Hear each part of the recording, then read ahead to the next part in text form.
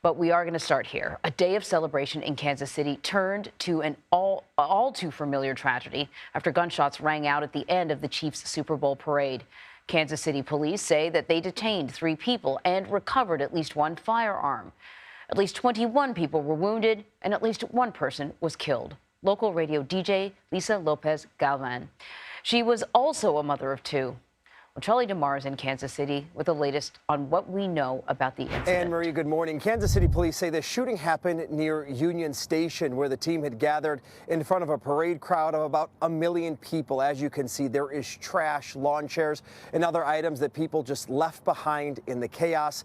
A law enforcement source telling CBS News that this shooting may have started as an argument that turned violent.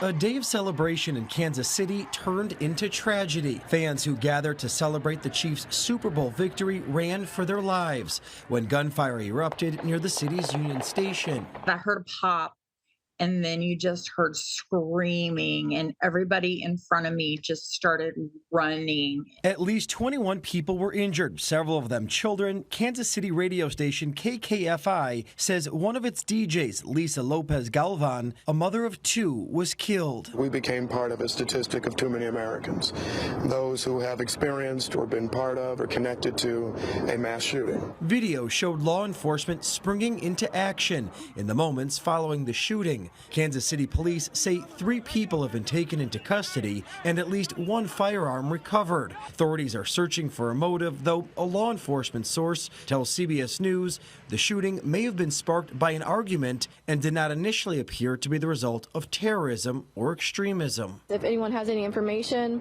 is a witness or has any kind of video that may provide us if there's anybody else that was involved in this. The Kansas City Chiefs put out a statement thanking first responders and saying our hearts go out to the victims, their families, and all of Kansas City. The team's star quarterback Patrick Mahomes posted on X, praying for Kansas City. And this incident follows 2 similar incidents from last year. At the Denver Nuggets parade, there was a shooting, and also at the Texas Rangers parade celebration, several people were shot there. Anne-Marie? Charlie DeMar. Charlie, thank you so much. Well, Kansas City's 4th District Councilman Eric Bunch is joining me now. He was actually at the parade. Thank you so much for joining me. You were at the parade with your children when this incident happened. Tell me what you heard. What did you see? Yeah, thanks. I had actually just a few moments before had departed, but walking home from the parade with my 3 kids, and we were fortunately just out of earshot of the noise. Otherwise, it would have been really difficult to explain to the children. So we walked right past where the incident occurred just a few minutes before, and we suddenly noticed a lot of people leaving what we thought was such a happy occasion to celebrate the Chiefs' victory.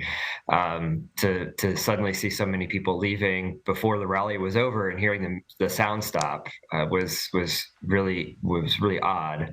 And then by the time we arrived home, just a few blocks away, we had learned what had happened, at least the developing story. And I learned because my colleagues who were still at the parade, at the rally, had taken shelter inside Union Station, which was an absolutely terrifying experience for so many of them. But a really tragic situation, given the circumstances of such an amazing celebration, and something that really marks this experience as pretty negative, unfortunately. Yeah, I mean, I'm listening to you describe it, and it just must be absolutely surreal. As you know, I mean, we cover mass shootings, and there are times when there are mass shootings that happen that don't even get really coverage in the news because they're just not as big of an incident. But to find yourself in the middle of one, I don't even know how you sort of process that. Yeah, I think I and some of my colleagues on the city council and our staff and so many city staff and just so many friends and family and I knew so many elected officials there.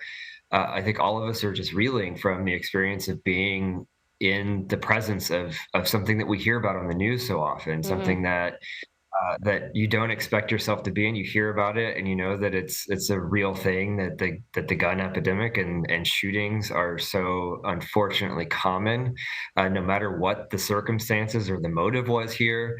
It's something that I think all of us are going to be processing for a long time, and then to have to explain to my children last night at the dinner table, because knowing that they're going to go to school today and they're going to hear from their friends about it, and I was expecting them to go to the school and talk about how they got to be in the parade and how exciting that was, and instead they're going there to talk about and hear from their friends about what it was like to be in a mass shooting, and just to have to explain that to them was really good, really surreal, Right. to know that that's something that happens so often, and then to find ourselves is so close to it.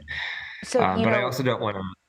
what I was But I also don't want to. I don't want to forget the fact that a person lost their life, and a beloved member of the community, and someone whose family I know well, and such a and that also is something that is just so difficult to process. right. To know that people, friends I know, who lost a family member, and just something absolutely so tragic here on such an amazing occasion. So, you will be explaining this to your children, but you are also a councilman. What will you be Right. saying to the people who live in your area? What are you and others, Kansas City officials, doing to support the community? Yeah, I think it's just reminding people that this is something that unfortunately turns out to be very real. However, this is a city that is resilient, a city that has a lot of amazing things happening. We have to mourn. We have to support those who were affected. We have to support each other through this processing, but we also have to act.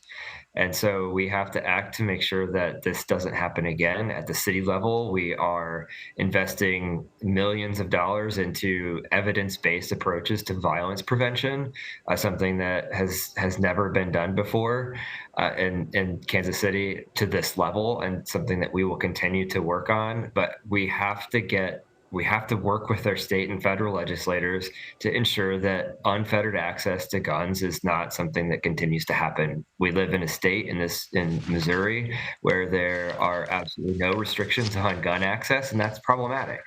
And so although as a local leader, I don't have the ability to change that at the local level because of state preemption.